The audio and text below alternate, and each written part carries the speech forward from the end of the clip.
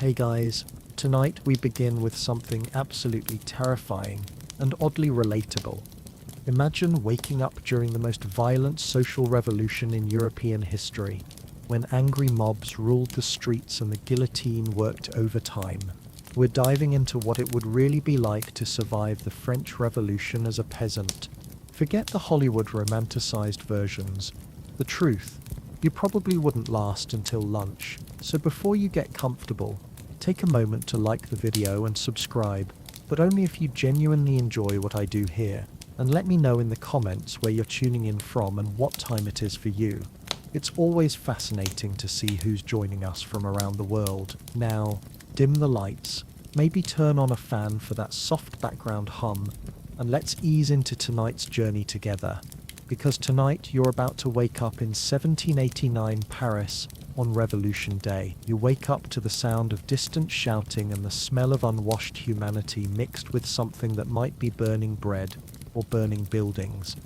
It's hard to tell. Your nose, accustomed to the sanitized world of air fresheners and daily showers, is immediately assaulted by an olfactory nightmare that makes you question whether you've somehow been transported to the world's worst music festival.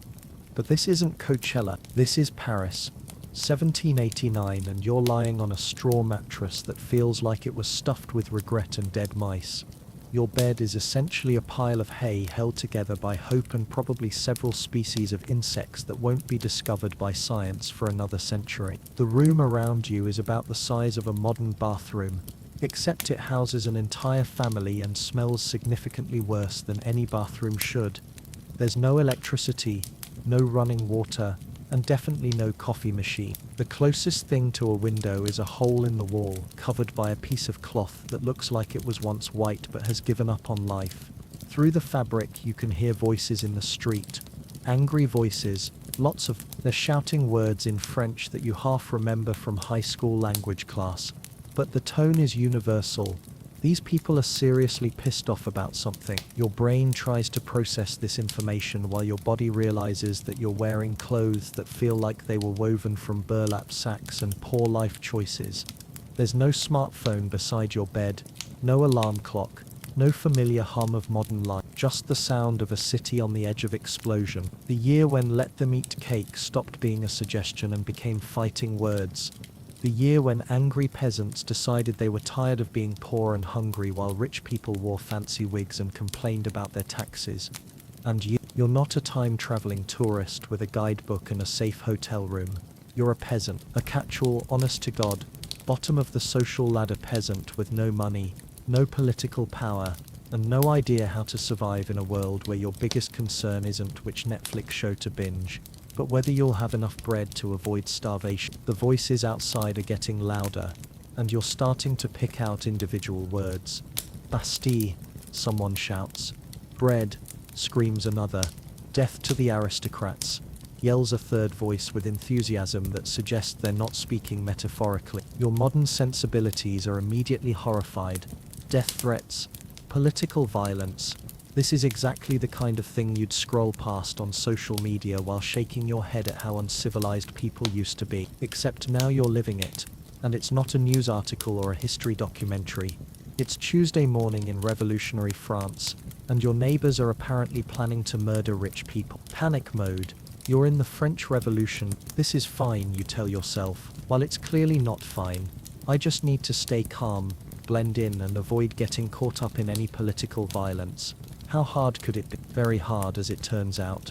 Because staying neutral during the French Revolution is like trying to stay dry during a tsunami. You're either part of the revolution, against the revolution, or about to be trampled by the revolution. There's no opting out, no Switzerland-style neutrality, no "I'm just here for the croissants" exemption.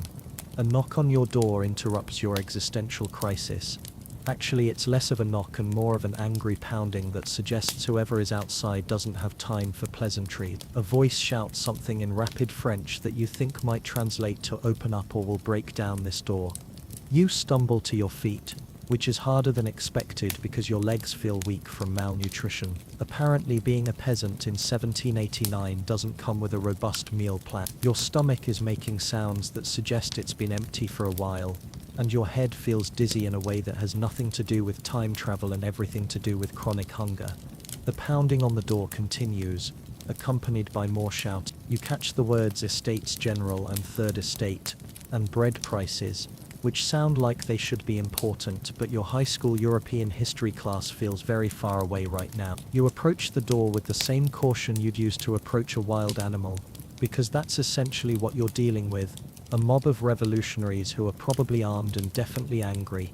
Your hand shakes as you reach for what passes for a door handle in this medieval night. When you open the door, you're faced with three men in rough clothing holding farming tools that could double as weapons. They look at you expectantly, as if you should know exactly why they're here and what they want from you. One of them speaks rapidly in French, gesturing wildly with what appears to be a pitchfork. His words are urgent, passionate, and completely incomprehensible to your modern ears, but his meaning is clear. Something big is happening, and you're expected to be part of it. The other two nod vigorously, their faces showing the kind of desperate determination that suggests they've reached the point where they have nothing left to lose. These aren't casual protesters holding signs and chanting slogans. These are people who have been pushed to their absolute limit and are ready to burn down the world that's been keeping them down. You realize that you're about to be swept up in the French Revolution whether you want to be or not. And honest, you're not sure you're ready for this level of historical significance. You're part of the everyone else category. The three men at your door are speaking rapidly, and while your French is rusty, their body language is crystal clear. You're coming with them whether you like it or not. One of them grabs your arm with the kind of grip that suggests he spent his life doing manual labor. And suddenly you understand why these people are angry enough to start a revolution. His hands are cully-end, scarred and strong in a way that speaks to decades of back-breaking work. Your soft modern hands feel pathetic in comparison. These aren't people who've spent their lives sitting in offices or gyms. These are people who've spent their lives literally keeping society functioning while being treated like disposable tools. As they drag you into the street, you get your first real look at revolutionary Paris. And it's nothing like the romantic movie versions. This isn't beautiful people in flowing coats having philosophical discussions about liberty and equality. This is dirty, angry, desperate people who smell like they haven't bathed in months because they probably haven't. The streets are narrow, muddy, and filled with refuse that makes you grateful you don't have to smell this in high definition. Buildings lean over the streets like they're trying to collapse on each other, and everywhere you look there are people, lots of people. All of them looking like they're one meal away from violence. A man beside you explains, in broken French mixed with gestures, that you're part of the Third Estate. In the French social system, this means you're in the category of everyone who isn't nobility or clergy. So basically, you're one of 98% of the population who does all the work and pays all the taxes while having zero political power. The bread crisis is real, and you're starving. Akiba Gyour's stomach chooses this moment to remind you that being a peasant in 1789 means being chronically hungry. The rumbling is so loud that the person next to you looks concerned, which is saying something because he's carrying a rusty sword and looks like he hasn't eaten properly in weeks. Someone explains, through a combination of French and vigorous hand gestures, that bread prices have increased by 80% in the past year. This might not sound like a big deal to someone from a time period where you can order food delivery from your phone, but when bread represents 80% of your total income, price increases aren't just inconvenient, they're life-threatening. You try to do the math.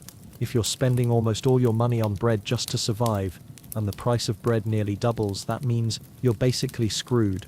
There's no governmental safety net, no food stamps, no emergency assistance. If you can't afford bread, you starve. It's that simple and that terrifying.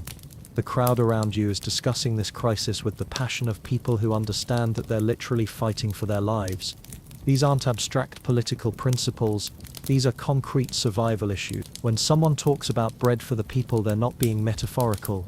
They're talking about the difference between their children living or dying. A woman near you holds up a piece of bread that's clearly been rationed to last several days. It's hard, dark, and looks like it might actually be more sawdust than grain. She explains that this is what her family of 6 has to share for the week.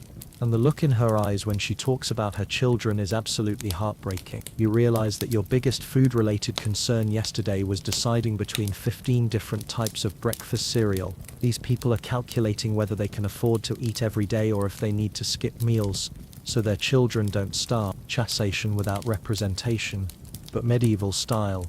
As the crowd moves through the streets, picking up more angry peasants along the way, someone explains the tax situation to you. And holy shit, it's worse than you imagine. Not only are you part of the only social class that pays taxes, but you're also paying taxes to support the very people who are oppressing you. The nobility, tax exempt. The clergy, also tax exempt. You, the peasant who can barely afford bread, you get to pay for the privilege of being poor, while rich people in fancy wigs complain about their theoretical financial burdens. It's like if modern society worked by making minimum wage workers pay all the taxes while billionaires got government subsidies for their yachts. It's somehow even worse, because at least modern billionaires have to pretend they care about social responsibility. The tax system includes gems like the Gebele salt tax, which means the government controls salt production and forces you to buy expensive government salt even if you can't afford it, because apparently even seasoning your inadequate food is a luxury that needs to be regulated and monetized. There's also the corvée, which is essentially forced labor where you have to work for free on government projects. So not only do you pay taxes, but you also have to donate your time to building roads and bridges that you'll probably never be able to afford to use. The man next to you spits on the ground when he mentions the taille, which is a land tax that somehow manages to be both arbitrary and crushed. The amount you pay depends on the whims of local officials, so you never know if this year's tax bill will leave you poor or destitute. The mathematical impossibility of this situation is staggering. You're expected to pay multiple taxes on income that's barely enough to keep you alive, while the people with actual wealth are legally exempt from contributing to the society they control. And the kicker? When you can't pay these impossible taxes, you go to prison, which means your family loses their primary income source and faces starvation, which somehow makes you an even bigger burden on society. The aristocrats are about to have a very bad time.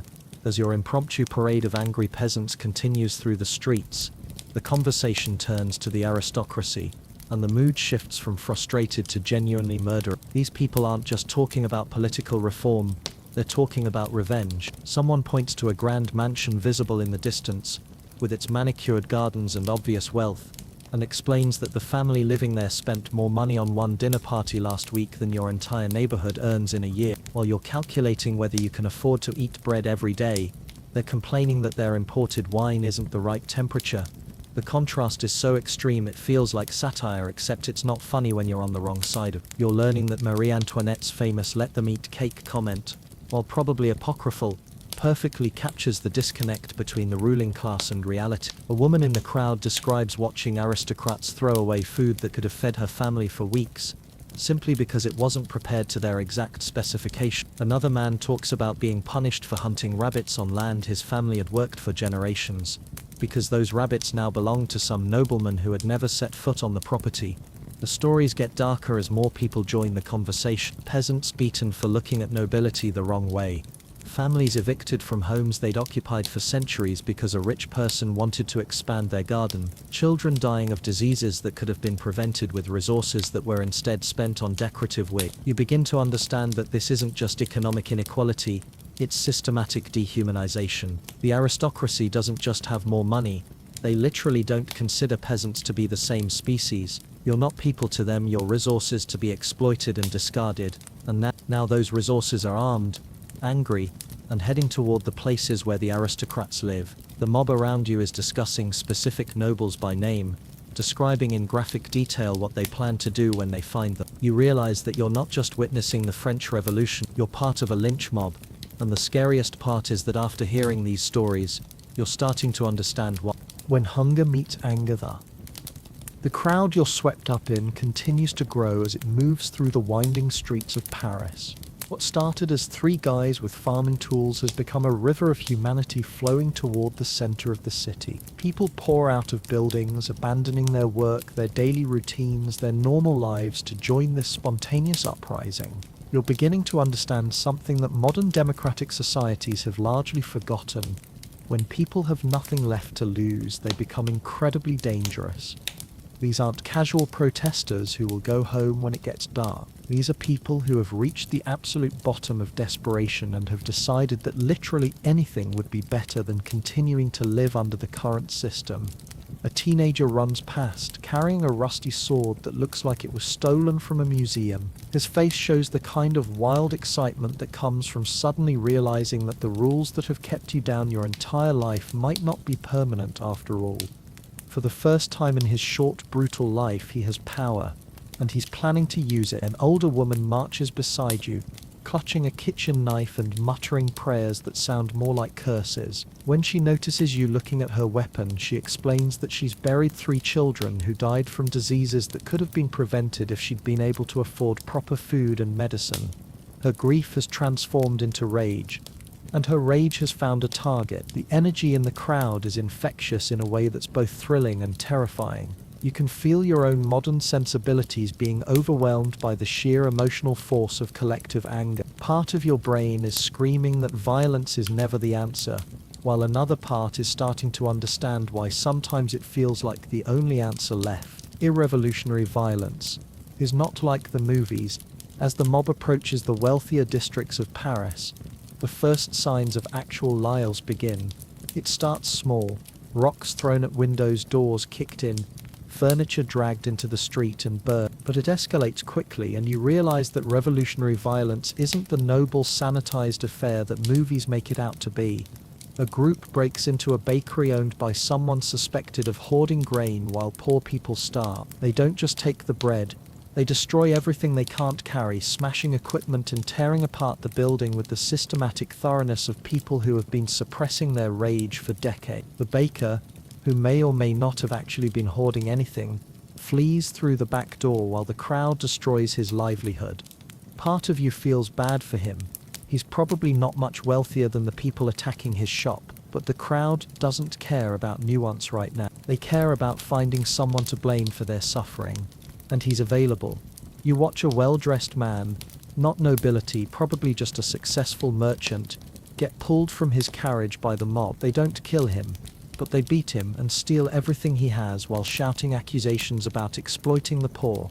His terror is genuine and horrible to witness, but the crowd treats it like justice finally being served. The violence is messy, personal, and driven by years of accumulated humiliation and despair.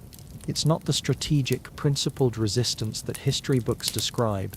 It's raw human emotion exploded into action, and it's both more understandable and more disturbing than you expected. A young woman next to you screams at a fleeing aristocrat with such venom that it makes you step back. When you look at her face, you see not just anger but years of suppressed pain and degradation boiling over into something that looks almost like madness. Liberty, equality, fraternity. With a side of terror, someone in the crowd starts chanting liberté, égalité, fraternité, and the entire mob takes it up. The words that will become the slogan of the French Republic are being born around you, but they're not being spoken in the noble, inspiring way you learned about in school. They're being screamed with bloodthirsty enthusiasm by people who have decided that liberty can only be achieved through violence. Liberty, in this context, doesn't mean freedom of speech or assembly. It means freedom from the aristocrats who have been treating peasants like disposable property. Equality doesn't mean equal opportunity. It means dragging the rich down to the level of the poor, by force if necessary. Fraternity doesn't mean universal brotherhood. It means brotherhood among the oppressed against their oppressors.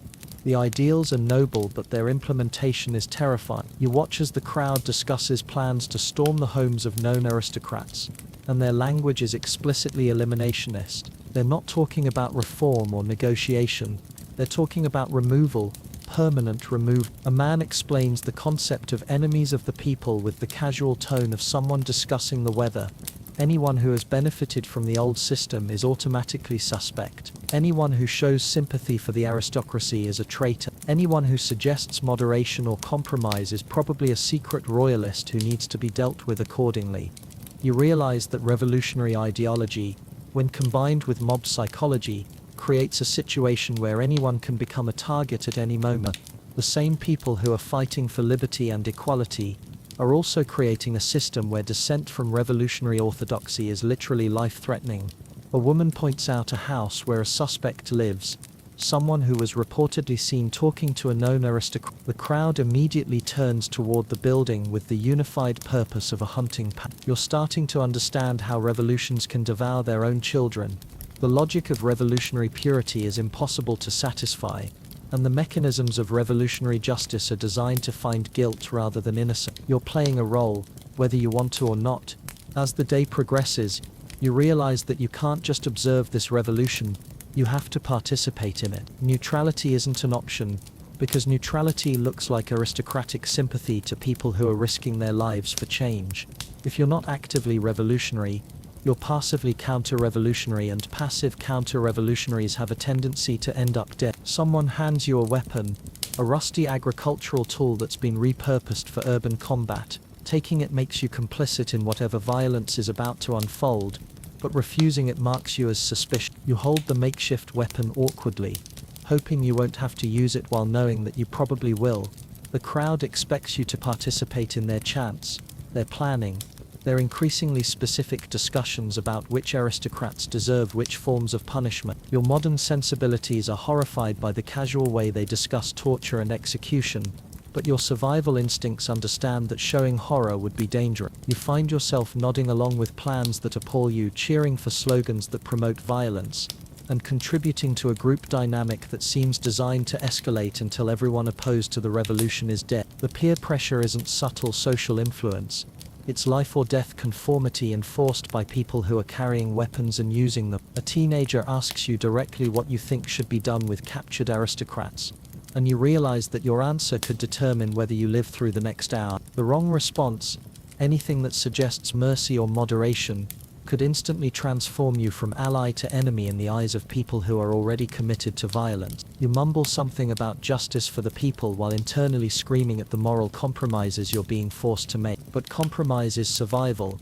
and survival means becoming someone you don't recognize, a revolutionary who supports political violence because the alternative is becoming a victim of that same violence. The revolution isn't just changing France, it's changing you, transforming you from a modern person with democratic values into someone who understands why sometimes societies tear themselves apart and rebuild from the ashes. That's not just a prison, that's a Sybil. The mob you're swept along with has a destination now. The Bastille.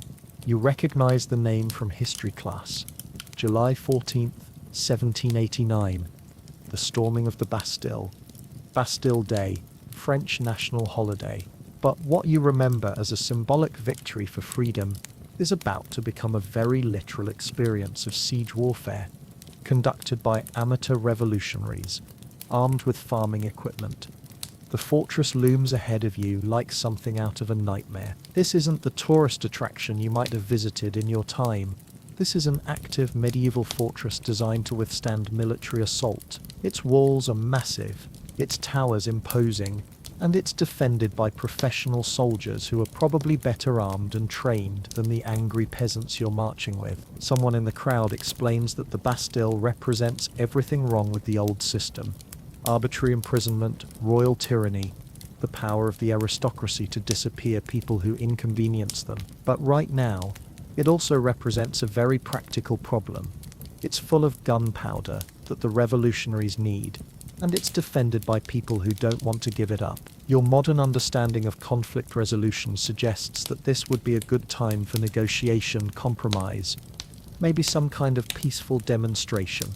The crowd around you has different ideas. They're discussing siege tactics with the enthusiasm of people who have been planning this moment their entire lives. A blacksmith explains how to make the gates weak enough to break down. A former soldier describes the fortress's defensive blind spot. A group of women discusses which parts of the building would burn fastest. These people might be peasants, but they're not stupid, and they've been thinking about this problem for a long time. Amateur hour military strategy. What follows is the most chaotic military action in European history. The storming of the Bastille looks nothing like the organized battle scenes from movies. It's more like a very large, very angry crowd trying to break into a building while the people inside try to stop them. And everyone involved is making it up as they go along. The revolutionaries have no unified command structure, no strategic plan, no professional military experience. What they have is overwhelming numbers, desperate motivation, and access to industrial tools that can be repurposed as weapons. It's quantity versus quality, and you're about to find out which one wins. You watch in fascination and terror as people begin hurling rocks at the fortress walls with the systematic persistence of factory workers. Others attempt to scale the walls using ropes, ladders, and human pyramids that would be impressive if they weren't being conducted under gunfire from professional soldiers. The defenders of the Bastille are facing an impossible situation. They're vastly outnumbered by people who are willing to die for their cause, but they're also defending a position that's strategically important to the government they serve. They can't retreat, but they also can't win a sustained battle against thousands of motivated attackers. The fact that peasants have access to guns at all is a testament to how completely the old order has broken down. In a functioning monarchy, these people would never have been allowed near weapons. The siege becomes a grinding battle of attrition. The revolutionaries can't break through the fortifications quickly, but the defenders can't drive off attackers who are willing to absorb casualties for the chance to strike back at the system that's oppressed them. The point of no return. As the battle intensifies, you realize that everyone involved has crossed a line from which there's no peaceful return. The revolutionaries aren't just protesting, they're engaging in armed rebellion against the government. The soldiers aren't just maintaining order, they're killing French citizens who are demanding their rights. This is civil war, and civil wars don't end with apologies and handshakes. You watch a young man, barely more than a boy, fall with a musket ball in his chest. The people around him don't retreat, they become more enraged. His death isn't seen as a tragedy that should end the violence. It's seen as a martyrdom that justifies escalating the violence. The crowd begins to discuss what they'll do to the garrison if they capture the fortress, and their plans are explicitly vengeful. These soldiers have just killed French peasants. By revolutionary logic, they're now enemies of the people who deserve whatever punishment the people choose to inflict. You realize that you're witnessing the moment when political protest becomes revolutionary war. There's no going back from there. Either the revolution succeeds and the old order is destroyed, or the revolution fails and everyone involved is executed as a traitor. Compromise is no longer possible because blood has been shed on both sides. A woman near you, whose husband was killed in the first assault on the walls, speaks with the calm certainty of someone who has nothing left to lose. She explains that they will take the Bastille because they have to take it. Failure means execution, so success is the only option available. When the Bastille finally falls, it's not through military genius or heroic assault. It falls because the defenders realize that they're going to die anyway, and surrendering might give them a chance to survive. The garrison opens the gates and throws down their weapons, hoping for mercy from people who have very little mercy left to give. What happens next is exactly what you feared it would be. The crowd pours into the fortress with the pent-up rage of generations of oppression. They don't just capture their enemies, they tear them apart. Literally. The governor of the Bastille is beaten to death and decapitated, his head paraded through the streets on a pike as a trophy and a warning. You watch this happen with the detached horror of someone who understands that they're witnessing something historically significant and morally appalling simultaneously. The people around you are celebrating what they see as justice finally being served. But what you see is a lynching conducted by people who have been driven beyond the point where they can distinguish between justice and revenge. The prisoners are freed from the Bastille, all 7 of them. It's anticlimactic. You expected dozens of political prisoners, but instead you get a handful of common criminals and one man who was imprisoned for writing erotic novels. The symbolic victory is more important than the practical results, but it's also more violent than anyone anticipated. The gunpowder is distributed to the crowd, along with weapons found in the fortress armory. The revolutionaries are now better armed and more confident in their ability to take on the remaining symbols of royal authority. They've proven that the old order can be challenged successfully, but they've also proven that successful challenges require a level of violence that would have been unthinkable just days ago. As you watch the crowd celebrate their victory by destroying everything in the fortress that represents royal authority, you realize that you've just participated in one of the most famous events in human history. But you've also learned that famous historical events, when experienced from the inside, are messier, bloodier, and more morally complex than any textbook can convey. The revolution has begun, and there's no stopping it now. When revolution becomes a system, months have passed since the storming of the Bastille. and the initial euphoria of revolution has evolved into something much more systematic and terrifying. What started as spontaneous uprisings against obvious injustice has become an organized machinery of political violence that consumes enemies and allies with equal efficiency. You've learnt to navigate this new world, but navigation requires constant vigilance and perfect political orthodoxy. The wrong word, the wrong association, the wrong expression on your face at the wrong moment can transform you from a citizen of the Republic into an enemy of the people awaiting execution. The guillotine has become the symbol of revolutionary justice, and its efficiency is both impressive and horrifying. Unlike the slow, painful execution methods of the old regime, the guillotine promises quick, equal death for all enemies of the revolution. Its democratic execution, everyone dies the same way, regardless of their social class or the nature of their crimes. But crimes have been redefined to include things that would have been perfectly legal under the old system. Supporting the monarchy, criticizing revolutionary policies, having too much money, not having enough revolutionary enthusiasm, all of these can now result in a date with Madame Guillotine, as the crowd has started calling the device. You watch the daily executions from the crowd, because not watching would mark you as insufficiently revolutionary. The atmosphere is festive, almost carnival-like. People bring knitting, food, children. They cheer when heads fall and boo when condemned prisoners show fear or remorse instead of revolutionary defiance. The logic is brutal but consistent.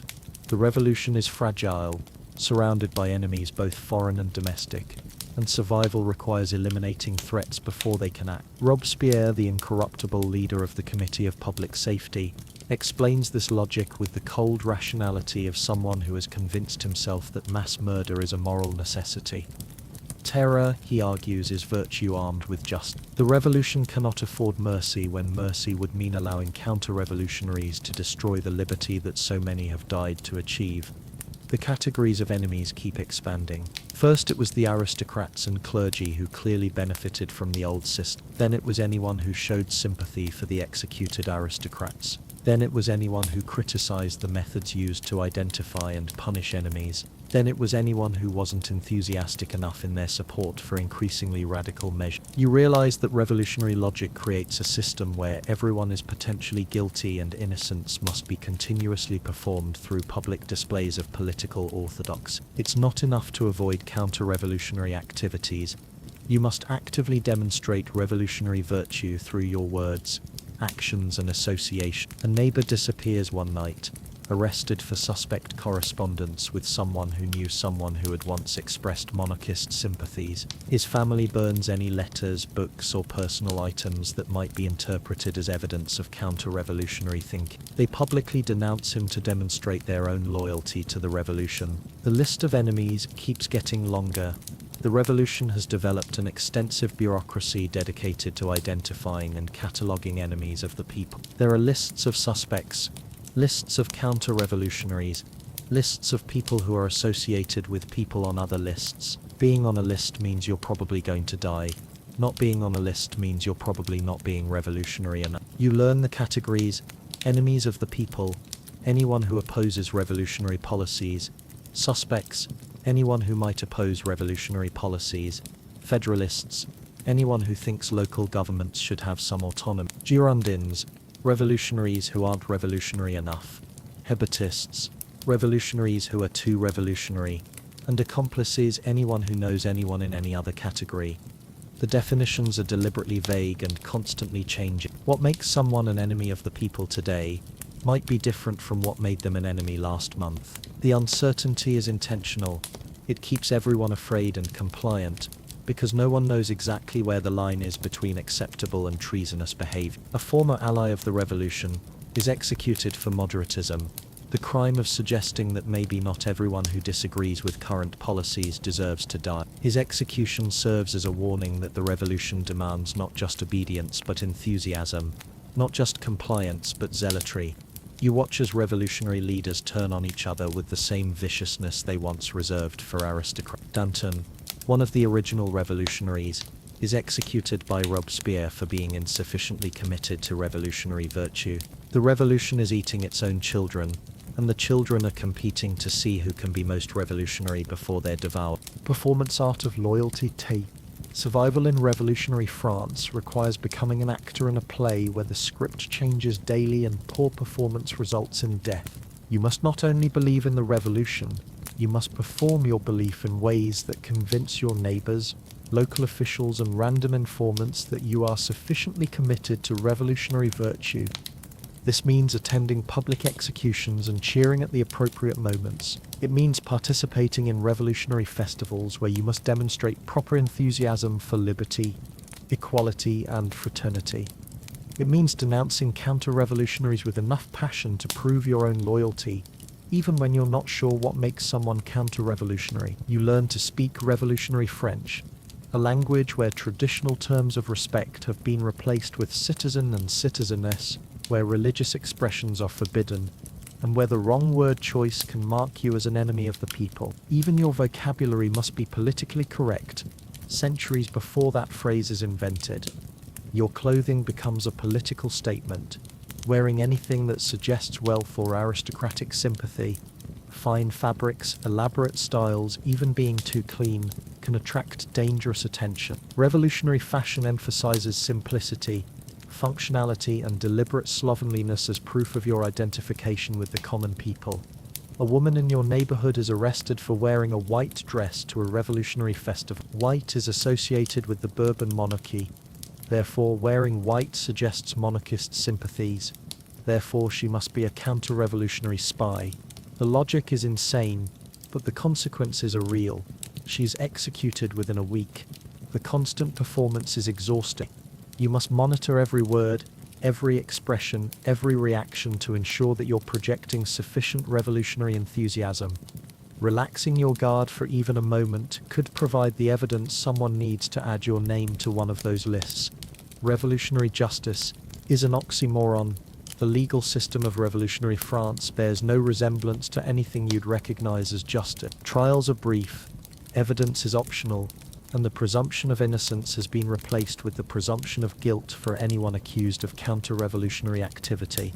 The Revolutionary Tribunal processes hundreds of cases per day with assembly line efficiency. Defendants are typically given minutes to respond to charges that carry only one possible sentence: death. Defense attorneys are discouraged because defending enemies of the people might make you an enemy of the people yourself. You witness a trial where a baker is accused of counter-revolutionary activity because he raised his bread prices. His defense, that grain costs had increased, is dismissed as an excuse designed to hide his true motivation, starving the people to undermine the revolution. He's executed the same afternoon. The concept of proportional punishment has been abandoned entirely. Minor crimes and major crimes all carry the same penalty because any crime against the revolution is considered equally treasonous. Stealing bread and plotting against the government both result in the same trip to the guillotine.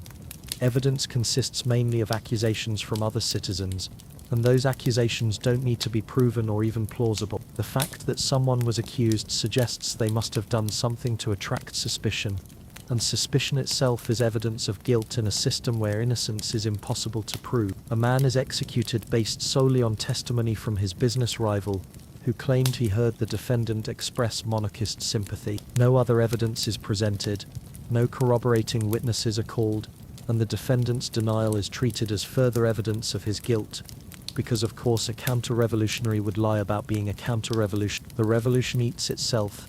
The most terrifying aspect of the terror is its tendency to consume anyone who gets too close to power. Revolutionary leaders who were heroes last month become enemies this month, not because their beliefs changed, but because the definition of revolutionary purity continues to evolve in ways that make yesterday's heroes today's traitors. You watch as Robespierre himself, the architect of the terror, the man who defined what it meant to be sufficiently revolutionary, falls victim to the same system he created.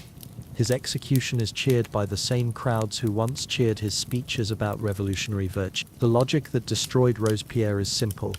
Anyone with enough power to lead the revolution also has enough power to betray it. Therefore, powerful revolutionaries must be eliminated before they can use their power against the people. The revolution can only be safe when it's led by people who aren't powerful enough to threaten it, but such people aren't powerful enough to lead it either. It's a circular firing squad where everyone eventually gets shot, because the definition of revolutionary purity is impossible to satisfy, and the mechanisms of revolutionary justice are designed to find guilt rather than innocence. The revolution doesn't just destroy its enemies, it destroys the concept of having friends, allies, or even neutral parties. A former member of the Committee of Public Safety explains, just before his own execution, that the terror was always designed to be temporary, a harsh but necessary measure to eliminate threats to the revolution. But temporary measures have a way of becoming permanent when the people implementing them discover that permanent emergency powers are useful for eliminating anyone who questions their authority. When does it end? Does it end? Living through the terror means existing in a state of constant fear that never resolves because there's no clear endpoint to revolutionary purification. Each wave of executions is supposed to be the last one necessary, but each wave reveals new categories of enemies who also need to be eliminated. The revolution has become a snake eating its own tail. It must continue consuming enemies to justify its existence, but it's running out of obvious enemies, so it must create new categories of enemies to continue existing. The process is self-perpetuating and self-destructive simultaneously. You realize that you're trapped in a system that has lost any connection to its original goals. The revolution was supposed to create liberty, equality, and fraternity, but it has created a society where liberty means the freedom to obey revolutionary orthodoxy. Equality means everyone being equally powerless before revolutionary authority. And fraternity means brotherhood among those who have survived the latest purge. The streets that once filled with people demanding bread and justice now empty quickly after dark because public gatherings might be interpreted as conspiracies.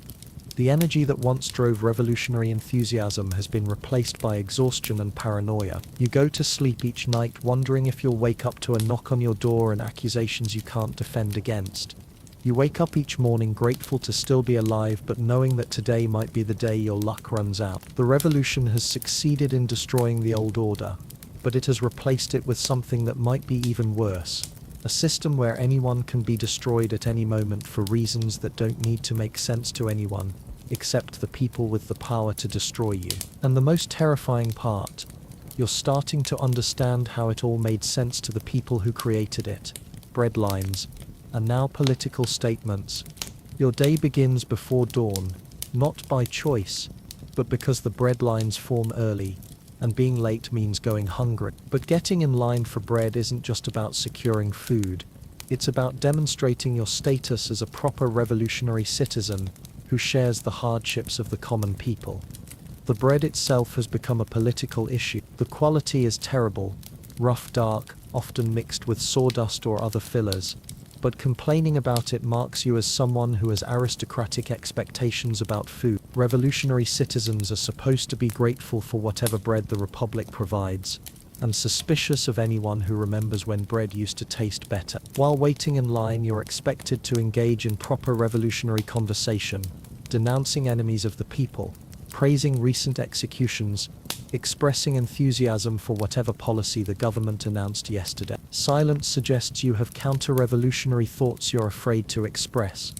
A woman ahead of you whispers that she misses the white bread from before the revolution, then immediately looks terrified that someone might have heard her. Missing aristocratic luxuries like white bread is dangerously close to monarchist nostalgia, which is dangerously close to counter-revolutionary sympathy, which is dangerously close to a death sentence. The bread vendor checks your revolutionary credentials before serving you. Do you have a certificate of civic virtue? Have you attended the required number of public executions this month? Are you properly registered with your local surveillance committee? No documentation means no bread, and no bread means starvation. Housing. When property is theft, your housing situation changes constantly because private property has been largely abolished and redistributed according to revolutionary principles that seem to change weekly. The mansion where you've been assigned to live with 12 other families was confiscated from an executed aristocrat, but your claim to space within it depends on maintaining proper revolutionary standing. Each room houses multiple families, and privacy is both practically impossible and politically suspect. People who want to be alone are obviously planning something counter-revolutionary. The communal living arrangements ensure that everyone is constantly surveilling everyone else, which the government presents as revolutionary solidarity, but which feels more like prison. The furniture is an eclectic mix of aristocratic luxury items and peasant necessities, because revolutionary redistribution means taking whatever was available and distributing it according to need as determined by people who don't understand the difference between need and want. You sleep on a silk-covered mattress but eat from wooden bowls because someone decided that was more egalitarian. Maintenance is a problem because the skilled craftsmen who used to maintain aristocratic properties have either fled the country or been executed as enemies of the people. The beautiful mansion is slowly falling apart because revolutionary ideology is better at redistributing wealth than maintaining it. Your roommates include a blacksmith, a former priest who has renounced his religious vows, a seamstress, and a man whose previous occupation is unclear but who speaks with great authority about revolutionary theory. Living with them requires constant negotiation about everything from cooking schedules to political discussions, and any conflict might result in someone reporting someone else as counter-revolution.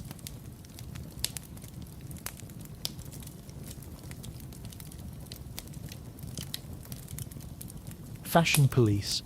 With actual police powers, getting dressed each morning requires careful consideration of the political messages conveyed by your clothing choices. The wrong outfit can mark you as an enemy of the people faster than the wrong political opinion. Because clothing is visible evidence of your class sympathies and revolutionary commitment, revolutionary fashion emphasizes deliberate simplicity, rough fabrics, muted colors, functional designs that suggest identification with working people. Anything that looks expensive, decorative, or comfortable suggests aristocratic sympathies and makes you a target for political enforcement. The tricolor cockade, red, white, and blue ribbons worn as a badge of revolutionary loyalty, is mandatory for all citizens, but the exact placement, size, and style of your cockade sends messages about your specific type of revolutionary commitment. Getting it wrong marks you as politically unreliable. The neighbor is arrested for wearing a clean shirt to a revolutionary festival. The authorities interpret his cleanliness as evidence that he has access to resources unavailable to proper revolutionary citizens, which suggests he's either stealing from the people or receiving support from counter-revolutionary sources. Women's fashion is particularly regulated because female vanity is considered inherently counter-revolutionary. Makeup, jewelry, elaborate hairstyles, and any clothing that emphasizes femininity rather than revolutionary solidarity marks you as someone who cares more about personal appearance than political virtue. You learn to look deliberately disheveled, to wear your clothes until they're visibly worn, to avoid any grooming practices that might suggest you think you're better than your fellow citizen. Revolutionary equality means everyone should look equally poor and equally careless about their appearance. Private enterprise is suspect because profit suggests exploitation of the people. Market prices are controlled by government decree because allowing supply and demand to determine prices would be counter-revolution. The result is an economy where official prices bear no relationship to actual costs. Shortages are chronic because production is unprofitable, and black markets flourish while being officially condemned as counter-revolutionary activity. You can buy almost anything illegally for astronomical prices, or almost nothing legally for official prices. Your job assignment comes from the government rather than your choice, because allowing people to choose their occupations would create inequality based on talent and preference rather than revolutionary need. You work in a textile factory because the Committee of Public Safety determined that textile production serves the revolutionary cause, not because you have any interest or skill in textile production. The factory operates according to revolutionary principles. Everyone receives equal pay regardless of their productivity.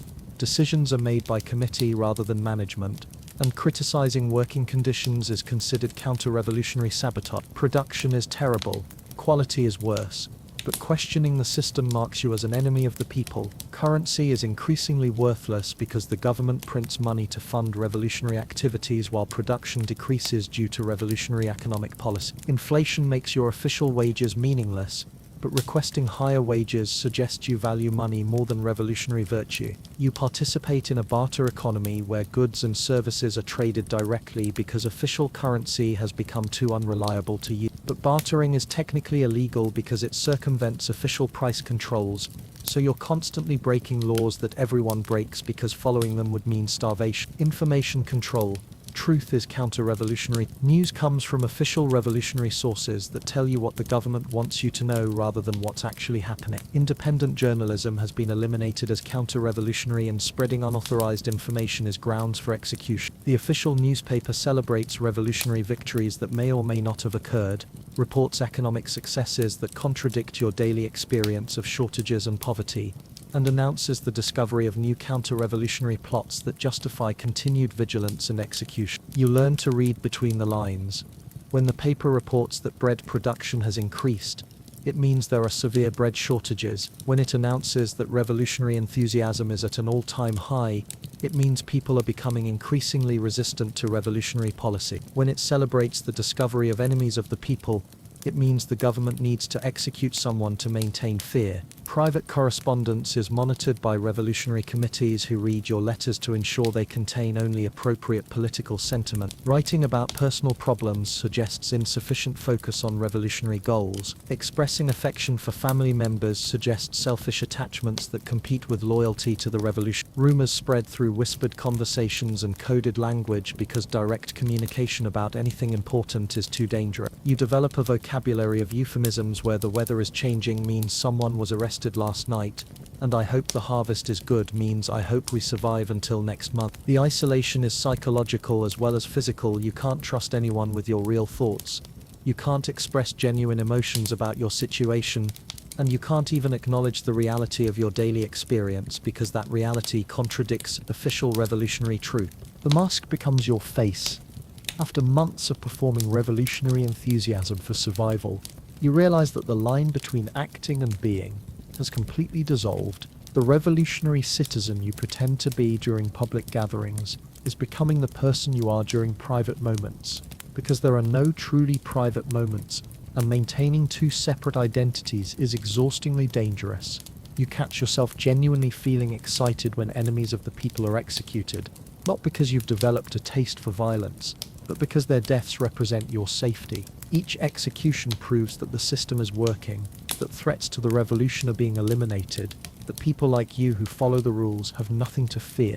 The language of revolution has become your natural way of thinking. You automatically categorize people as revolutionary or counter-revolutionary, loyal or suspect, useful to the people or dangerous to the republic. The nuanced thinking that characterized your modern democratic mindset has been replaced by binary political categories that are easier to navigate and safer to express. A part of your mind observes this transformation with horror.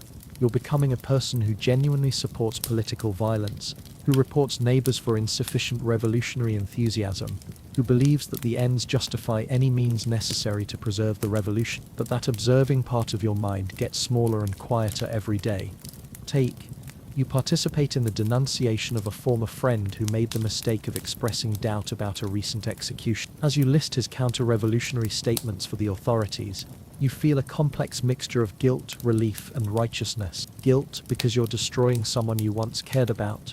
Relief because denouncing him proves your own loyalty. Righteousness because protecting the revolution is more important than personal relationships. Your evolutionary logic takes over. The mental gymnastics required to navigate revolutionary society have rewired your brain in ways that would be clinically fascinating if they weren't personally terrifying. You've learned to believe contradictory things simultaneously, and to switch between different versions of truth depending on what's politically safe at any given moment. You genuinely believe that the revolution represents liberty, equality, and fraternity, while also believing that liberty means obedience to revolutionary authority, equality means everyone being equally powerless, and fraternity means betraying anyone who threatens the revolutionary order. These contradictions don't feel contradictory anymore. They feel like sophisticated understanding of complex political reality. The constant fear has become so normalized that you barely notice it anymore. Checking your words before speaking, monitoring your facial expressions for counter-revolutionary sentiment, analyzing every interaction for political implications, These behaviors have become as automatic as breathing. You've developed the ability to hold genuine conversations about revolutionary theory, while simultaneously evaluating whether the person you're talking to might be testing your loyalty or gathering evidence for a denunciation. This kind of multi-layered social interaction requires mental skills that didn't exist in your previous life but are essential for survival in revolutionary France. Your moral framework has adapted to circumstances in ways that would have been unthinkable months ago. You now believe that killing innocent people is sometimes necessary to protect the revolution, that lying to authorities is counter-revolutionary even when they're wrong, and that personal relationships must be sacrificed when they conflict with political duty. Desensitization to violence. The daily executions that once horrified you have become routine entertainment that you genuinely enjoy. Not because you've become sadistic, but because you've learned to interpret violence against enemies of the people as evidence of revolutionary justice being served. You no longer see the people being executed as individuals with families, hopes, and complex motivation. You see them as symbols of counter-revolutionary resistance that must be eliminated for the safety of people like you. This mental transformation makes the violence bearable and even satisfying. The crowds at executions have become your social community. You recognize regular attendees. You discuss the political significance of different types of executions. You share food and conversation while watching people die. It's become a normal social activity that bonds you with other revolutionary citizens. You've learned to distinguish between different types of executions and to appreciate the political theater involved in each one. The execution of a former aristocrat sends a different message than the execution of a corrupt official or a counter-revolutionary priest. Each death is part of a larger narrative about revolutionary justice that you understand and appreciate. The efficiency of the guillotine, which once seemed horrible, now seems merciful compared to the slow executions of the old regime. Revolutionary violence is clean, quick, and egalitarian. Everyone dies the same way regardless of their social status. This feels like progress, like evidence that the revolution has improved even the process of killing enemies. The cycle of denunciation. You've become part of a system where everyone is simultaneously a hunter and prey, where survival depends on identifying and reporting counter-revolutionary activity before someone identifies and reports yours. This isn't paranoia, it's realistic assessment of how revolutionary society functions. The person you reported last week might have friends who are now looking for evidence of your counter-revolutionary tendency. The authorities who praised your revolutionary vigilance might now be questioning whether your previous friendship with a counter-revolutionary suggests your own political unreliability. You maintain detailed mental files on everyone you know, their political statements, their associations, their behaviors that might be interpreted as counter-revolutionary. This information is insurance. If you're ever accused of counter-revolutionary activity, you can prove your loyalty by providing evidence against other people. The social fabric has been completely restructured around mutual surveillance and potential betrayal. Trust has become impossible because trusting someone means giving them the power to destroy you, and being trustworthy means accepting the responsibility to destroy them if they become politically unreliable. You've learned to cultivate relationships based on mutual assured destruction rather than affection or shared interest. Your closest relationships are with people who have as much to lose as you do, who are equally committed to the revolution because they're equally afraid of being identified as enemies of it. The new normal Dolper. What's most disturbing about your psychological transformation is how normal it feels. The constant vigilance, the political calculations, the casual acceptance of violence. These have become the baseline of your existence rather than extraordinary adaptations to extraordinary circumstances. You can't imagine living in a society where people express their genuine political opinions without fear, where personal relationships aren't subordinated to political loyalty, where conflicts are resolved through discussion rather than denunciation. The democratic society you came from seems naive and dangerously unregulated. The skills you've developed for surviving revolutionary France, reading subtle political signals, performing appropriate ideological enthusiasm, identifying potential threats to your safety, have become your primary intellectual abilities. The critical thinking skills you once valued have been replaced by survival thinking that's more practical but much narrower. You've become someone who can function effectively in a totalitarian society, and that effectiveness requires mental adaptations that would make you unsuitable for functioning in a free society. You're not just surviving the revolution, you're becoming the kind of person who makes revolutions possible. The most terrifying realization is that you're not unique. Everyone around you has undergone similar transformations, developing similar survival skills, and similar political psychology. You're all becoming people who can maintain revolutionary societies because you've learnt to think in ways that make revolutionary societies seem necessary and normal. And the scariest part, you're starting to believe that maybe this is how societies should work, that the chaos and violence are temporary prices for creating a more just world, and that people who can't adapt to revolutionary requirements are probably counter-revolutionary anyway. Meet the new boss, slightly less murderous. The terror ends not with revolutionary success but with revolutionary exhaustion. Even the most committed revolutionaries eventually realize that a system which kills its own leaders at regular intervals is unsustainable. Robespierre's execution marks the end of systematic political murder, but not the end of revolutionary chaos. The new government, the Directory, promises stability, moderation, and an end to the daily executions that have traumatized French society. But what you get instead is incompetent corruption replacing efficient murder, which is an improvement but not the kind of improvement that solves any of the underlying problems that caused the revolution in the first place. The 5 directors who now run France are politicians rather than ideologues, which means they're more interested in personal enrichment than revolutionary purity. This makes them less likely to execute you for insufficient enthusiasm, but also less likely to implement policies that address the poverty, hunger, and inequality that drove the revolution. You watch as former revolutionaries transform themselves into government officials with suspicious speed and skill. People who spent years denouncing wealth and privilege now accumulate wealth and privilege with the efficiency of career bureaucrats. The revolution hasn't eliminated corruption, it's just changed who gets to be corrupt. The daily executions have stopped, but the economic problems that caused the revolution continue. Bread is still expensive, work is still scarce, and the gap between rich and poor is still enormous. The difference is that now the rich people are former revolutionaries rather than former aristocrats, which is supposed to make inequality more acceptable somehow. Hyperinflation. When money becomes toilet paper, the Directory inherits an economy that the previous revolutionary governments have systematically destroyed through a combination of ideological opposition to market economics and practical incompetence in financial management. The result is hyperinflation that makes German inflation in the 1920s look like a minor currency fluctuation.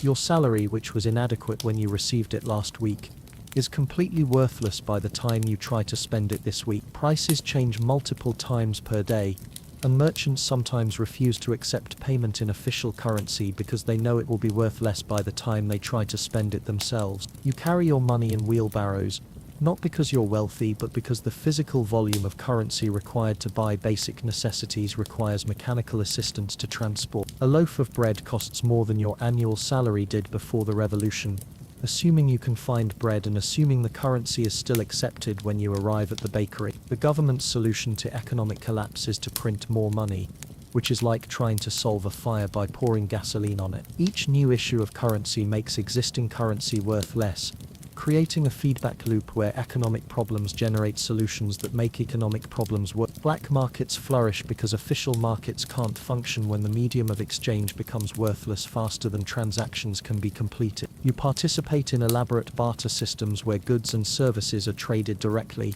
but these systems require levels of trust and social cooperation that revolutionary society has systematically destroyed. The social season, decadence returns as political terror decreases. Social inequality reasserts itself with vengeance. The Directory period witnesses the emergence of a new aristocracy based on revolutionary credentials rather than noble birth, but functionally identical to the old aristocracy in terms of wealth, privilege, and indifference to the suffering of common people. The parties thrown by Directory officials make pre-revolutionary aristocratic excess look modest by comparison. These events feature imported luxuries, elaborate entertainment, and conspicuous consumption that would have resulted in execution just years ago, but now demonstrate the revolutionary success of the hosts. You watch former sans-culottes, the radical revolutionaries who demanded equality and simplicity, transform themselves into fashion-conscious social climbers who compete to display their wealth and connections. The revolution has succeeded in eliminating the old elite and replacing them with a new elite that's just as disconnected from ordinary people's problems. The contrast between the luxury of Directory society and the poverty of ordinary citizens is more extreme than it was under the monarchy,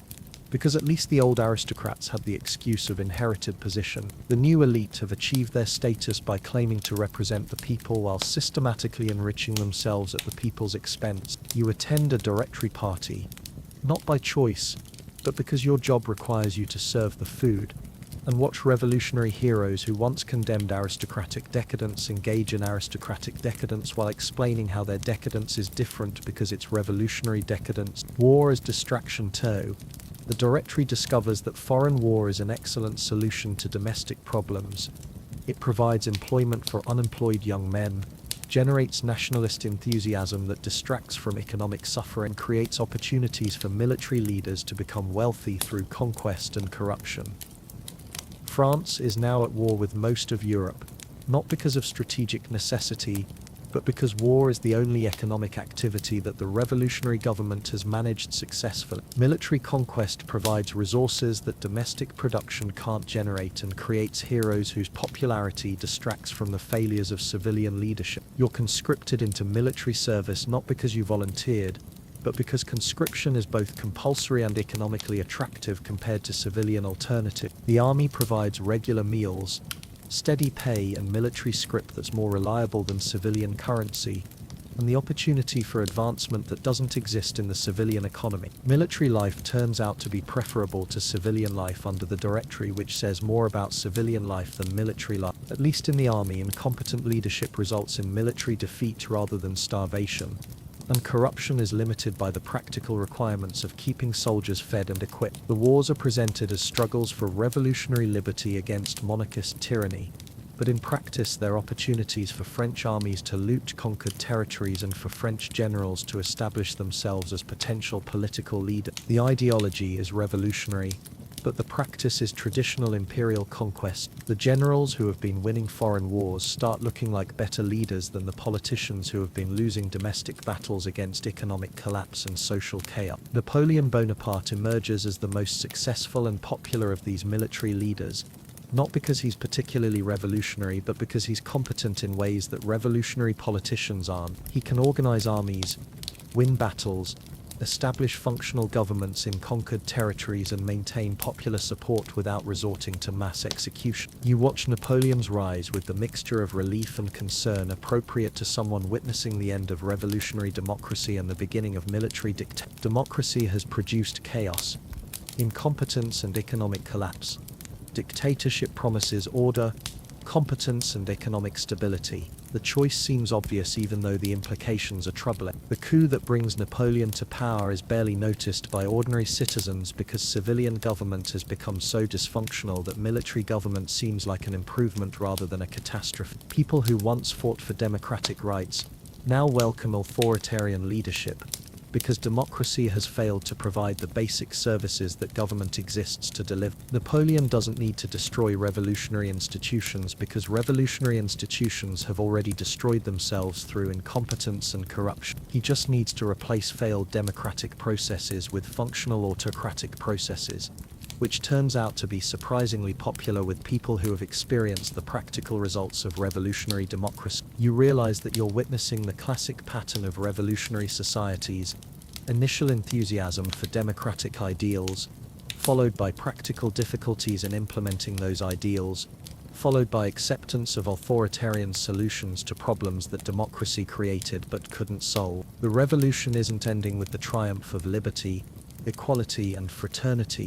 It's ending with the triumph of order, competence and stability under military leadership, which might actually be an improvement, but it's not the improvement that anyone was expecting when they stormed the Bastille. The final score. It's complicated. Looking back on the French Revolution from the perspective of someone who lived through it rather than studied it, the results are far more complex and contradictory than any textbook summary can capture. You've witnessed the complete destruction of one social system and its replacement with something that's simultaneously better and worse than what came before. The monarchy is gone, which was the original goal, but it's been replaced by a military dictatorship under Napoleon, which wasn't exactly what anyone had in mind when they started talking about liberty and equality. The aristocracy has been eliminated, but a new elite, based on revolutionary credentials and military success, has emerged to take their place. The feudal system has been abolished, which means peasants are no longer legally bound to the land and can, theoretically, improve their social status through merit rather than birth. But economic inequality remains extreme, and social mobility turns out to require either military service or political connections that are difficult for ordinary people to obtain. Religious authority has been challenged and largely destroyed, which has eliminated one source of oppression, but has also removed one source of social cohesion and moral guidance. The Catholic Church's role in education, healthcare, and social services has been largely eliminated without being replaced by equally effective secular institutions. Legal equality has been established in principle. All citizens are now equal before the law regardless of their birth. But practical equality remains elusive because wealth and connections still determine how laws are applied. Revolutionary legal codes eliminate aristocratic privilege, but create new forms of privilege based on political and military status. Conservative estimates suggest that over 300,000 people died during the revolutionary period, most of them civilians killed by other civilians in political violence that served no clear strategic purpose. The terror alone killed approximately 17,000 people through official executions, but this number doesn't include the tens of thousands who died in revolutionary wars, regional uprisings, and unofficial violence that characterized the period. Every family in France lost someone to revolutionary violence, creating trauma that will affect French society for generations. You've watched neighbors denounce neighbors, friends betray friends, and family members inform on each other in pursuit of revolutionary purity that proved impossible to define or achieve. The social trust that makes civil society possible has been systematically destroyed and will take decades to rebuild. The economic cost was equally devastating. Revolutionary governments systematically destroyed France's economy through a combination of ideological hostility to market mechanisms and practical incompetence in financial management. The hyperinflation of the Directory period eliminated the savings and economic security of anyone who wasn't wealthy enough to invest in real assets. Agricultural production declined because revolutionary land redistribution often placed land in the hands of people who lacked the knowledge, resources, or incentives to farm it effectively. Industrial production declined because revolutionary policies discouraged private investment and entrepreneurship. Foreign trade declined because other European powers were either at war with revolutionary France or afraid of revolutionary contamination. The cycle continues. The revolution doesn't solve France's political problems. It creates new problems while demonstrating that violence is an effective tool for political change. Napoleon's dictatorship establishes the precedent that democratic failures can be solved through military coups, a lesson that French politicians will apply repeatedly throughout the 19th. The revolutionary period normalizes political violence as a legitimate response to political disagreement, creating expectations that future political conflicts will be resolved through force rather than compromise. The revolutionary experience teaches French citizens that radical change is possible, but that radical change is also dangerous and unpredictable in its consequence. This creates a political culture that's simultaneously revolutionary and conservative, eager for change, but terrified of the costs of change. You realize that you've participated in creating a society that's more politically volatile rather than more stable, more divided rather than more unified, and more prone to authoritarian government rather than more committed to democratic principle. The revolution has succeeded in destroying the old order but has failed to create a sustainable new order to replace it. Historical judgment depends on your perspective. From the perspective of someone who survived the entire revolutionary period, the French Revolution represents both the best and worst possibilities of democratic politics.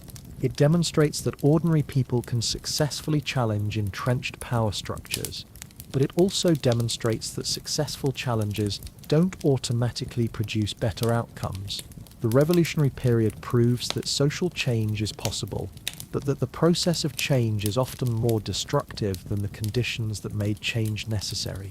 The elimination of aristocratic privilege comes at the cost of social stability, economic prosperity, and individual security that might have been more valuable than the privileges that were eliminated. You've experienced both the liberation of overthrowing oppressive authority and the terror of living under revolutionary authority that proves equally oppressive in different ways. The revolution succeeds in eliminating the power of kings and nobles, but replaces it with the power of committees and generals. That's equally arbitrary and potentially more violent. The ideals of liberty, equality, and fraternity remain compelling, but their implementation during the revolutionary period demonstrates that good intentions don't guarantee good outcomes, and that revolutionary enthusiasm can justify actions that contradict revolutionary principles. From your perspective as someone who lived through the transition from monarchy to republic to dictatorship, the French Revolution represents a historical experiment in democratic government that produced valuable lessons about both the possibilities and limitations of popular sovereignty. The enduring legacy, despite its failures and contradictions, the French Revolution establishes principles and precedents that will influence democratic movements worldwide for the next 2 centuries. The idea that government derives its authority from the consent of the governed, rather than from divine right or traditional authority, becomes permanently embedded in Western political thought. The revolutionary slogan "Liberty, Equality, Fraternity" provides a framework for future democratic movements, even though the French Revolution itself fails to achieve these goals in practice. The revolutionary period demonstrates both how democratic ideals can inspire political change and how difficult it is to implement those ideals in practice. The legal codes developed during the revolutionary period, particularly the Napoleonic Code, will influence legal systems throughout Europe and provide models for legal equality that didn't exist under feudal systems. The principle that all citizens are equal before the law, regardless of their social status, becomes a foundational element of modern legal systems. The revolutionary concept of nationalism, the idea that political authority should be based on shared culture and citizenship, rather than dynastic inheritance, transforms European politics and provides the intellectual foundation for 19th century democratic movement. The French Revolution demonstrates that traditional political arrangements are not permanent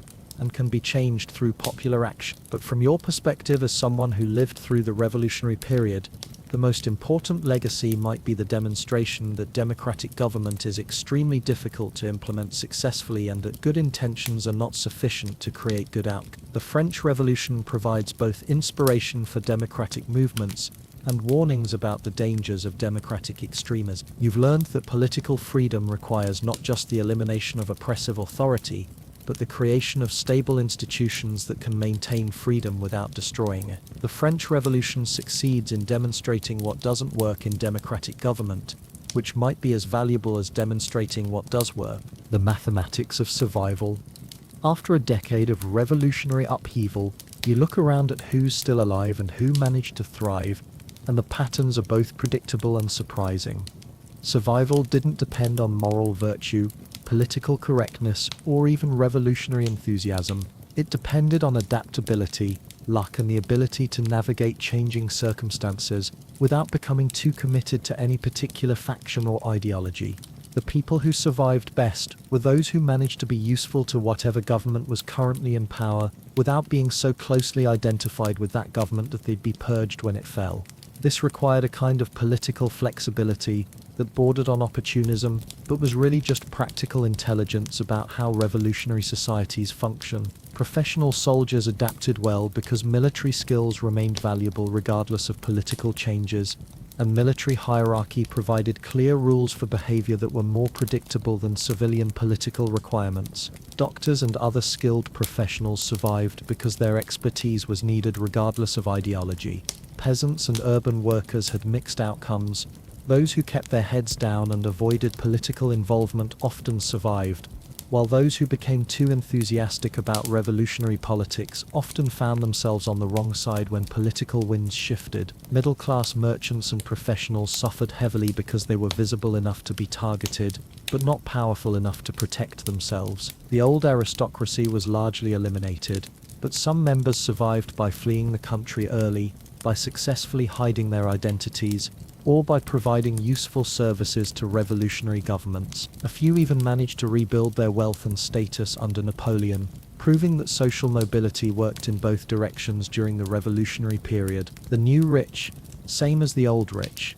The most successful survivors weren't the people who remained true to revolutionary principles, but the people who used revolutionary chaos as an opportunity for personal advancement. Military contractors, political officials, and anyone with access to government resources used their positions to accumulate wealth and establish themselves as the new elite. Former revolutionaries who had spent years denouncing wealth and privilege became remarkably skilled at accumulating wealth and privilege once they gained access to government power. The same people who had criticized aristocratic corruption became accomplished practitioners of republican corruption. Napoleon's court recreates many features of royal court life, including elaborate ceremony, social hierarchy based on proximity to power, and conspicuous consumption that rivals anything achieved by the monarchy. The revolution has succeeded in changing who gets to be rich and powerful, but not in eliminating the concentration of wealth and power. You watch former sans-culottes, the radical egalitarians who demanded death for aristocrats,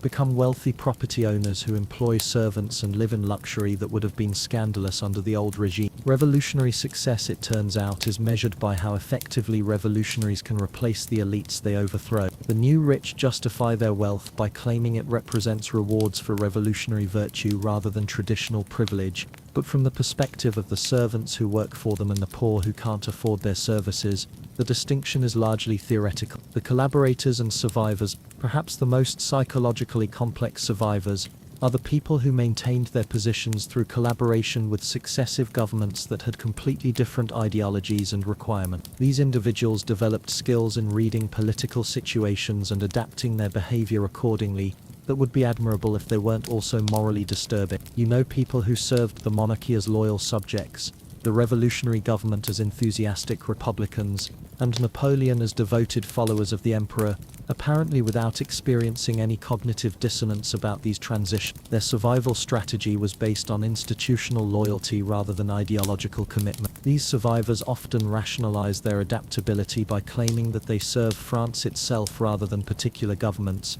but their behavior suggests that they serve primarily themselves and use patriotic language to justify whatever actions are necessary for survival and advancement. The most successful collaborators are often the people who were least committed to the original goals of the revolution, because lack of ideological commitment made it easier for them to adapt when those goals proved unachievable or when pursuing them became dangerous. The casualties who paid the price, the people who didn't survive the revolutionary period, fall into several categories, and the patterns reveal uncomfortable truths about how political violence actually functions versus how it's justified by political theory. Many casualties were simply in the wrong place at the wrong time, victims of mob violence, military actions, or bureaucratic errors rather than targets chosen for strategic political reasons. The revolutionary period killed far more innocent bystanders than genuine enemies of the revolution. The most committed revolutionaries often didn't survive because their commitment made them unwilling to compromise when compromise became necessary for survival. People who took revolutionary ideals seriously enough to criticize the practical implementation of those ideals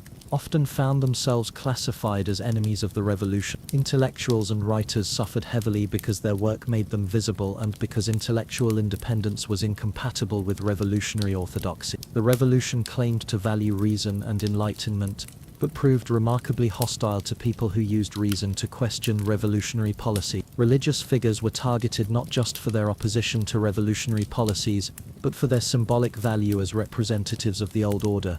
The revolution's hostility to organized religion resulted in the persecution of many clergy who had actually supported revolutionary goals. The ironies of revolutionary outcome. Looking back on who survived and who didn't, the most striking feature of the revolutionary period is how little relationship there was between survival and the moral or political qualities that the revolution claimed to value. Revolutionary virtue, as it turned out, was less important for survival than practical intelligence, political flexibility, and simple luck. Many of the people who survived the revolution by adapting to its requirements went on to become opponents of democratic government under later regimes, suggesting that the skills required for surviving revolutionary politics are not the same as the skills required for building stable democratic institutions. The revolution succeeded in eliminating most of the old elite, but replaced them with a new elite that was often less capable and more corrupt than the people they replaced. Revolutionary governments proved to be more arbitrary and more violent than the monarchy they overthrew, while being equally indifferent to the welfare of ordinary citizens. You realize that the French Revolution demonstrates the difficulty of using political violence to achieve political progress.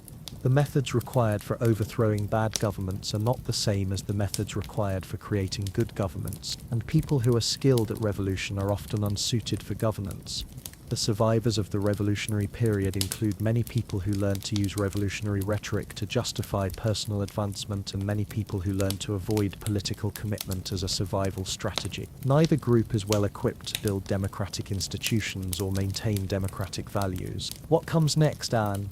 As the revolutionary period ends and the Napoleonic period begins, the survivors face the challenge of rebuilding French society with institutions and leaders that have been shaped by a decade of political violence and social chaos. The task requires exactly the kind of trust, cooperation, and respect for law that the revolutionary period systematically destroyed. The people who survived the revolution by learning to navigate arbitrary authority, by developing skills in political deception, and by prioritizing personal survival over principle, are now responsible for creating a society based on predictable laws, honest government, and civic virtue. This presents an obvious problem. The revolution has selected for survival people who are skilled at thriving under bad government, but not necessarily skilled at creating good government. The revolutionary period has been a masterclass in political opportunism, but a disaster for civic education. You've survived the French Revolution, but you've also been transformed by it in ways that will affect how you approach politics, authority, and social relationships for the rest of your life. The question now is whether French society can recover from the revolutionary experience, or whether the patterns established during the revolutionary period will continue to shape French political life. The answer, as it turns out, is that France will spend the next century cycling through different forms of government: monarchy, republic, republic again, as French society struggles to find stable political arrangements that can satisfy both the democratic aspirations inspired by the revolution and the need for order that the revolutionary experience made obvious. What they don't tell you in school de Caimings of years. The French Revolution as experienced from inside bears little resemblance to the French Revolution as taught in history classes, and the differences reveal important truths about how revolutionary change actually works versus how we like to think it works. Living through the revolution has taught you lessons that can't be learned from books because books are written by people who survived to write them, not by people who didn't. The most important lesson is that revolutionary change is far more chaotic, arbitrary, and destructive than revolutionary theory suggests. The people who start revolutions rarely control how revolutions develop, and the outcomes of revolutions rarely match the intentions of revolutionaries. Revolution is not a precise political tool. It's a form of social explosion that destroys more than it creates. Democratic ideals, liberty, equality, fraternity, turn out to be much easier to proclaim than to implement, and the practical difficulties of implementation often lead to outcomes that contradict the ideals they're supposed to serve. The gap between revolutionary theory and revolutionary practice is not a bug in the system.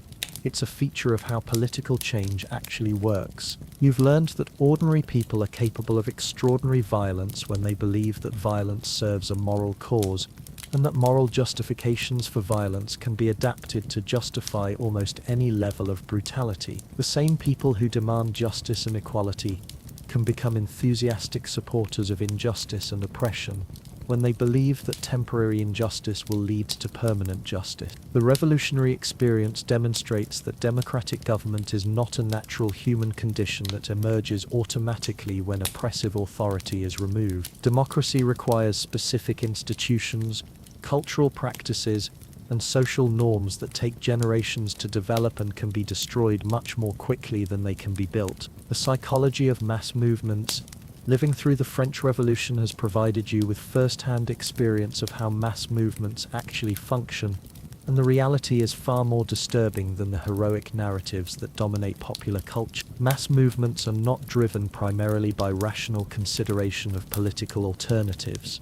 They're driven by emotion, groupthink, and social pressure that overwhelms individual judgment. Once revolutionary momentum builds, individual participants lose the ability to control or moderate the movement's direction. You've experienced the way that crowd psychology creates its own logic, where actions that would be unthinkable for individuals become not just acceptable but necessary when performed by groups. The revolutionary period demonstrates how quickly social norms can change when supported by mass movements and political authority. Behaviors that were unthinkable at the beginning of the revolution, denouncing neighbors, attending public executions, accepting arbitrary arrests, became normal and even admirable as the revolution progressed. You've seen how mass movements create their own moral frameworks that justify actions contradicting the movement's stated values. Revolutionary ideology provides a vocabulary for rationalizing behavior that would be obviously wrong under normal circumstances,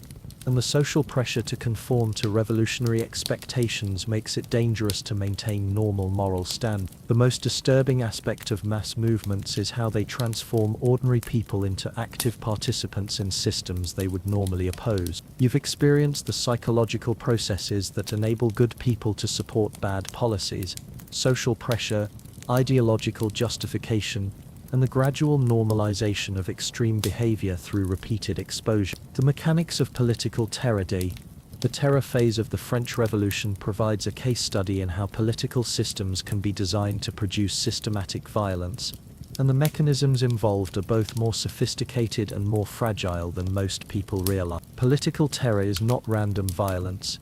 It's organized violence that serves specific political functions. Once people begin participating in political violence to protect themselves, they become invested in the system's continuation because stopping the violence would mean acknowledging their own complicity. The revolutionary tribunal system demonstrates how legal procedures can be manipulated to produce predetermined outcomes while maintaining the appearance of justice. When the presumption of innocence is replaced with the presumption of guilt, when evidence is optional, and when defense is discouraged, legal proceedings become theater rather than justice. You've learned that political terror is self-perpetuating because it creates the conditions that justify its own continuation. Each wave of executions reveals new conspiracies that require additional executions, and the fear generated by terror creates the resistance that terror claims to be fighting against. The end of the terror comes not from moral awakening or successful opposition, but from simple exhaustion.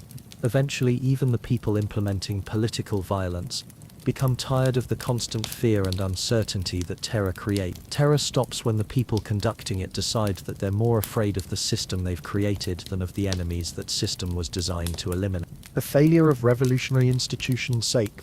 The French Revolution's attempt to create new democratic institutions provides valuable lessons about why democratic government is difficult to establish and maintain. Simply eliminating old institutions and replacing them with new institutions based on democratic principles is not sufficient to create functional democratic government. Democratic institutions require cultural support, shared assumptions about how politics should work, norms of compromise and tolerance, and widespread acceptance of democratic procedures even when they produce outcomes you disagree with. These cultural foundations take generations to develop and can't be created through legislation or revolutionary decree. The revolutionary period demonstrates the importance of institutional continuity for social stability. When revolutionary governments destroyed existing institutions without having effective replacements ready, the result was not liberation but chaos that eventually required authoritarian intervention to resolve. You've experienced how revolutionary governments can become trapped by their own rhetoric.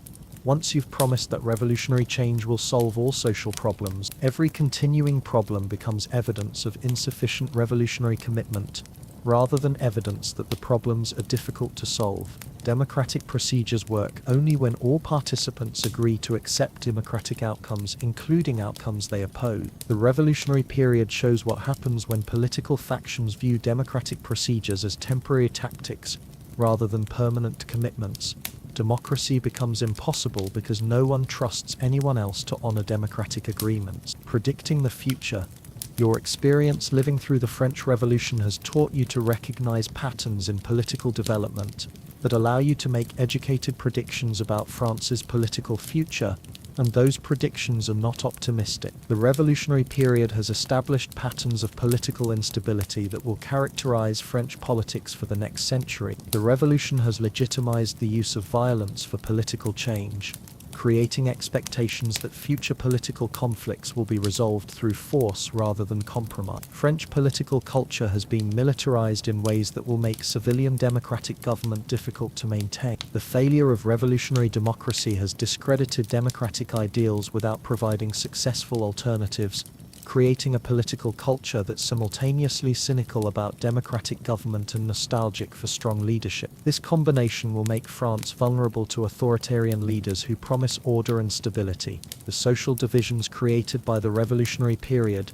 between revolutionary and counter-revolutionary families, between religious and secular communities, between different social classes, will continue to influence French politics long after the specific issues that created those divisions are forgotten. Perhaps most importantly, the revolutionary experience has taught French political leaders that extreme political positions can be successful if pursued with sufficient ruthlessness, and that moderation is often politically dangerous. This lesson will encourage political extremism and make compromise more difficult. The universal lessons.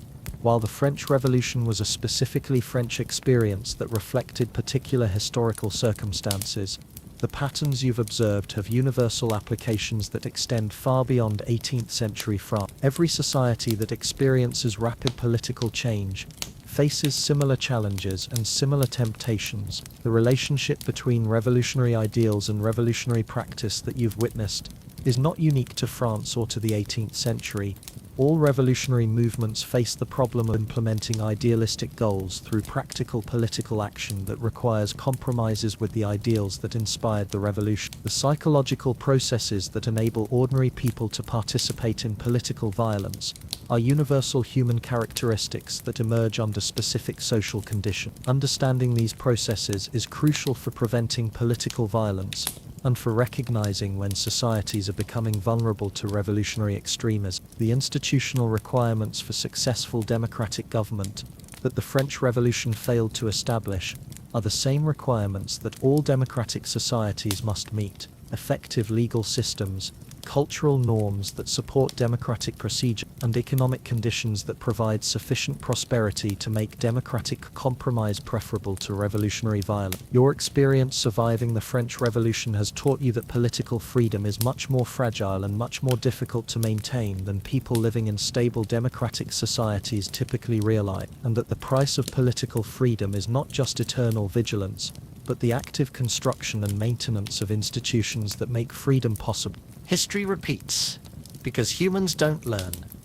Beaker, as you reflect on your experience living through the French Revolution, the most disturbing realization is not that the revolution failed to achieve its goals, but that the patterns you've witnessed are not unique to 18th century France. The psychological and social dynamics that drove revolutionary extremism are universal human characteristics that emerge whenever societies face rapid political change under conditions of economic stress and social breakdown. Every aspect of the French Revolution that seems specific to its historical context, the mob violence, the political terror, the transformation of democratic ideals into authoritarian practice, the willingness of ordinary people to participate in extraordinary violence, represents patterns that have been repeated throughout human history and will be repeated again whenever similar conditions arise. You recognize these patterns because you've seen them in your own time, in different forms but with identical underlying dynamics. The technology changes,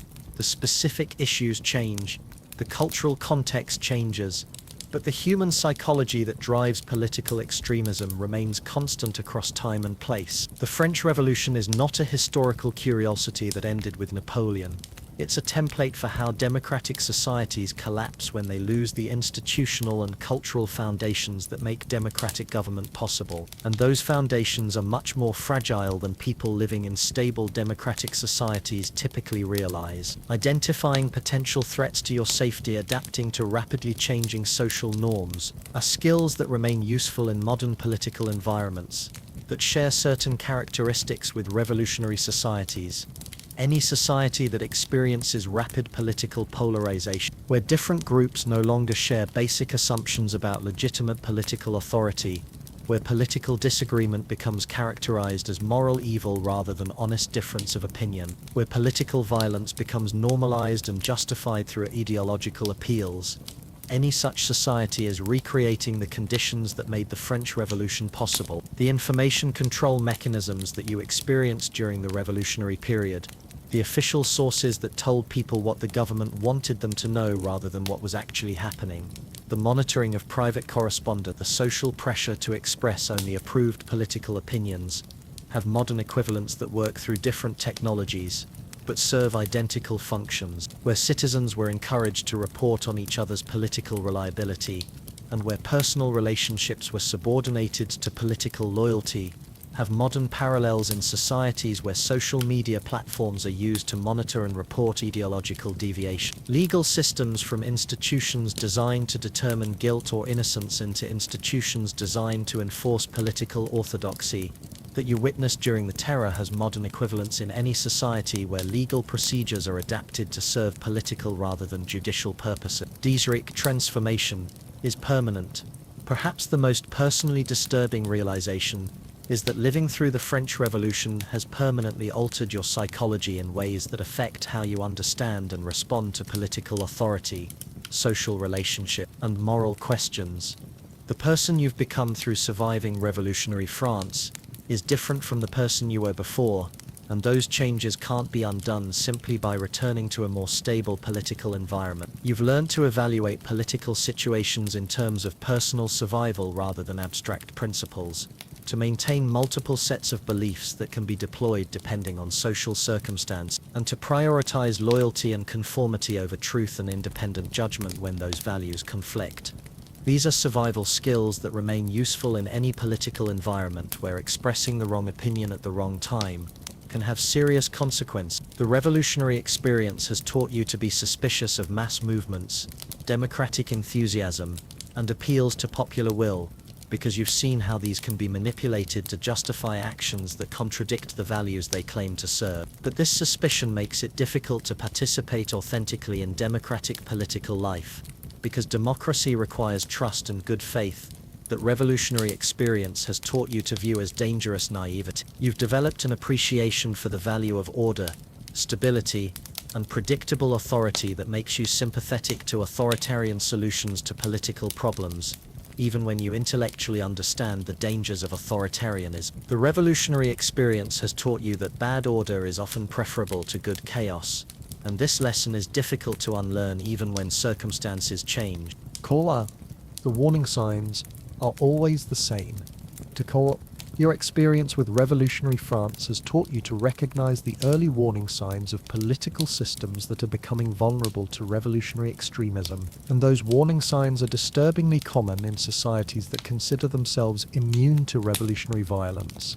When political disagreement becomes characterized as moral evil rather than honest difference of opinion, when compromise is viewed as betrayal rather than necessary democratic practice, when political opponents are described as enemies of the people rather than fellow citizens with different views. These are the conditions that make revolutionary violence possible. When educational institutions begin teaching ideological orthodoxy rather than critical thinking, when cultural institutions are pressured to serve political rather than artistic purposes, when religious institutions are required to conform to political authorities. These changes indicate that society is losing the institutional independence that democratic government requires. When economic inequality becomes extreme enough that different social classes live in completely different worlds with no shared interests or experiences. When social mobility becomes so limited that people believe their circumstances are fixed regardless of their efforts. These conditions create the desperation that makes revolutionary appeals attractive. When law enforcement becomes selective based on political considerations, when judicial procedures are adapted to serve political rather than legal purposes, these changes indicate that society is losing the rule of law that makes peaceful political change possible. The inevitable conclusion. The most terrifying lesson from the French Revolution is that democratic societies are not stable by default. They require active maintenance through institutions, cultural practices, and individual behaviors that support democratic values even when supporting those values is inconvenient or costly.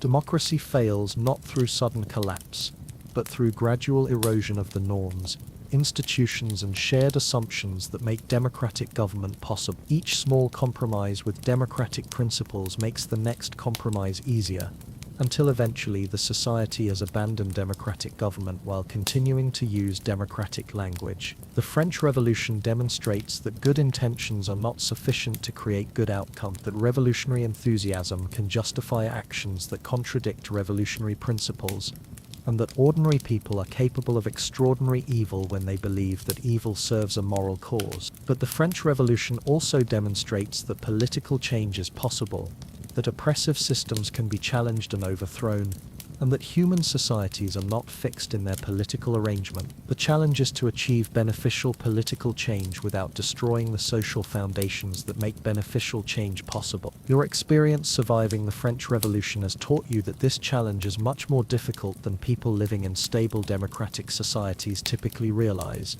and that the price of failure is much higher than most people are prepared to pay. The French Revolution is not ancient history. It's a template for understanding how democratic societies can destroy themselves through the pursuit of idealistic goals using methods that contradict. And the conditions that made the French Revolution possible are not unique to 18th century France.